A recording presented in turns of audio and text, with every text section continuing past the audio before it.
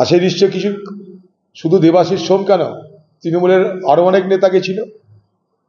আমার তো বক্তব্য যে শুধু একদিনের সিসিটিভি ফুটেজ দেখে এটা বোঝা যাবে না। ঘটনার আগে বহুদিন ধরে সেই হাসপাতালে যাদের যাতায়াত, তাদের মধ্যে প্রভাবশালী কে, তাদের সকলের পরিচয় জানার চেষ্টা করা উচিত। তাদের মধ্যে বিশেষ বিশেষ যারা ব্যক্তি, তারা কোন উদ্দেশ্যে যেত, সেটার একটা তদন্ত হওয়া উচিত।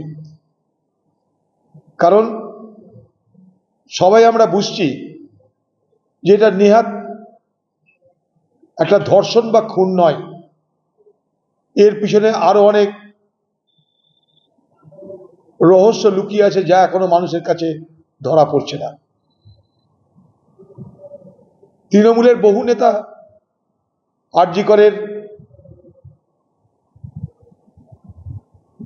বড় বড় পদে আরজি করের বিভিন্ন ঘটনায় হস্তক্ষেপ করবার ক্ষমতা রাখত।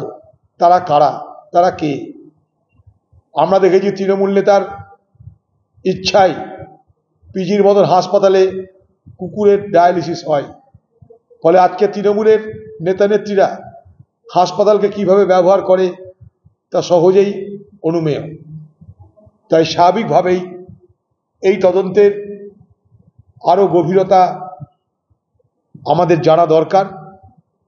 কারণ সর্বশেষে কেন হলো, কিভাবে হলো, কারা করলো, এই তিনটে বিষয় যদি আমরা না জানতে পারি, তাহলে আমাদের বাংলার মানুষের এবং আমাদের সকলের যে দাবি, সেই দাবি পূরণ হতে পারে না। দেখুন, সবই হচ্ছে, কিন্তু বাংলার মানুষ যা জানতে চাইছে, নিহত চিকিৎসকের পরিবার যা জানতে চাইছে, যে নৃশংস ধর্ষণ এবং খুনের ঘটনায় সারা বাংলার মানুষ হতবিহ্বল হয়ে গেছে, দুঃখে ভারাক্রান্ত, বিচার চাইছে, প্রতিবাদ করছে। সেই দাবির পূরণে এখনো পর্যন্ত তদন্তকারী সকলেই ব্যর্থ হয়েছে, সে রাজ্যই হোক, সে কেন্দ্রের সিবিআই হোক।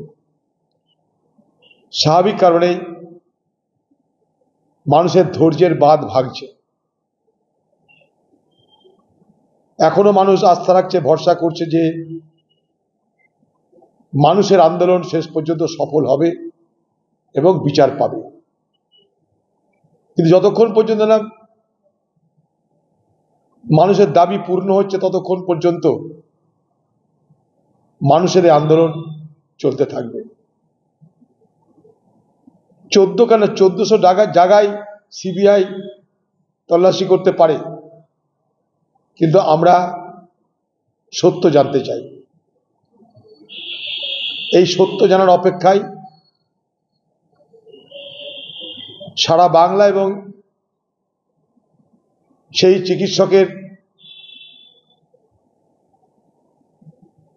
ধর্ষণ এবং খুনের প্রতিবাদে সারা দেশ এবং সারা বিশ্ব জুড়ে যারাই আন্দোলন করেছে, যারাই বিচার চাইছে, তারা উন্মুখ হয়ে থাকবে। দেখুন, তারা মা, তাদের কি হচ্ছে তারাই জানে। তারা মা, তারা বাবা, তারা জানে তাদের কি হচ্ছে। আমরা হয়তো আন্দোলন করতে পারি, কিন্তু তাদের মনের যন্ত্রণা, তার স্বরূপ, তার সঙ্গে আমরা কি করে শেয়ার করতে পারি। আজকে তারাও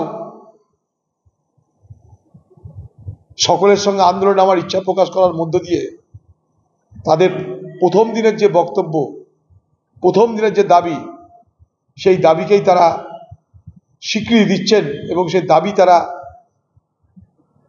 করতে চাইছেন। প্রথম কথা, এই ধরনের আন্দোলন সারা ভারতবর্ষে এক অভূতপূর্ব আন্দোলন। নির্ভয়ার পর এত বড় আন্দোলন ভারতবর্ষ জুড়ে আর কোথাও হয়নি। বাংলায় এত বড় আন্দোলন আমরা কখনো দেখিনি। নির্ভয়া কাণ্ড বাংলায় এত বড় আন্দোলন আমরা কেউ চাক্ষুষ করিনি।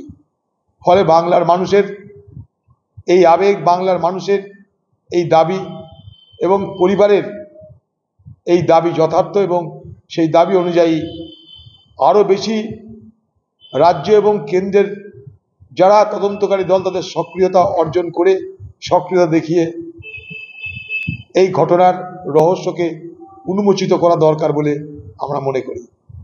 কি হচ্ছে বাংলা জুড়ে? চারিদিকে ধর্ষণ আর ধর্ষণ আর খুন।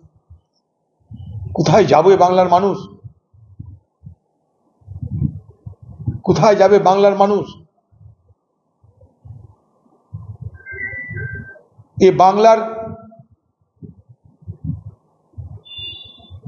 আজকের প্রশাসন, আজকের ভাবনা নারীদের নিরাপত্তার জন্য,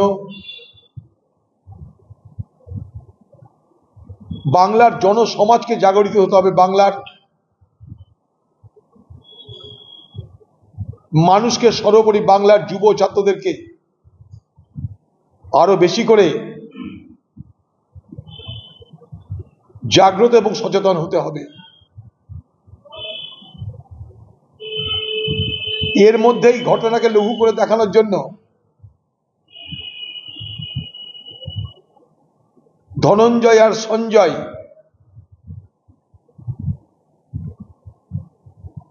সব এক করে দেখানোর চেষ্টা হচ্ছে।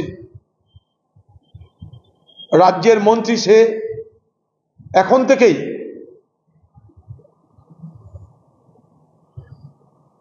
গোটা বিষয়টাকে লঘু করে দেখানোর প্রচেষ্টা শুরু করে দিয়েছে। ধনঞ্জয়ের কাহিনী আমরা জানি, কিন্তু আজ ধনঞ্জয় হবে না তো। যদি ধনঞ্জয় হয় আর আপনাদের যদি সন্দেহ থাকে, তাহলে বাংলার মুখ্যমন্ত্রীকে বলুন, যিনি গর্ব করে বলেছিলেন যে আমরা ধরে ফেলেছি আসামি, তাকে বলছেন না কেন? বাংলার মানুষকে বিভ্রান্ত করার চেষ্টা হচ্ছে কেন? সরকারি দলের এই মানসিকতার পাশাপাশি রাজ্যের মন্ত্রীর এই মানসিকতাকে আমি ধিক্কার জানাই। বাংলার মুখ্যমন্ত্রীকে বলবো, আন্দোলনকারীদের সঙ্গে আপনি বসুন, তাদের কাছে ক্ষমা চেয়ে নিন। স্বাস্থ্য দপ্তর আপনার, পুলিশ দপ্তর আপনার, সর্বত্র বিপর্যয় হয়েছে আপনার, আপনি ব্যর্থ হয়েছেন। নাগরিক সমাজের কাছে, ছাত্র সমাজের কাছে, চিকিৎসক সমাজের কাছে, আন্দোলনকারীদের কাছে ক্ষমা চেয়ে তাদের সঙ্গে আলোচনায় বসুন এবং এই রহস্য উদ্ঘাটনে আপনি সক্রিয় হন। রাজ্যের পুলিশ মন্ত্রী হিসাবে, বাংলার মুখ্যমন্ত্রী হিসাবে আপনার সক্রিয়তা এবং খুনিকে, ধর্ষণকারীকে এবং তাদের এই গোটা ষড়যন্ত্রকে উন্মোচিত করা আপনারও নৈতিক দায়িত্বের মধ্যে পড়ে বলে আমি মনে করি। মানে এই জায়গাটা কি মনে করছেন যে দেখুন, গোটা ঘটনায় তো সন্দেহের দানা বাঁধছে প্রথম দিন থেকে। গোটা ঘটনায় কোথায় পোস্টমর্টম, কারা করলো, কখন করলো, কি পেল, যারা পোস্টমর্টমের জন্য সমস্ত তথ্য নিয়ে এসেছিল তারা কারা, তারা কি দিল, কেন দিল না, তার ভিডিওগ্রাফি যারা তদন্তকারী সংস্থা তারা দেখবে এগুলো। চরম হতাশার মধ্যে আমরা এখন রয়েছি। যেমন তাদের পরিবার, তেমন আমরাও হতাশ হচ্ছি যে গোটা তদন্ত প্রক্রিয়াকে বিপথে চালিত করা হচ্ছে না তো।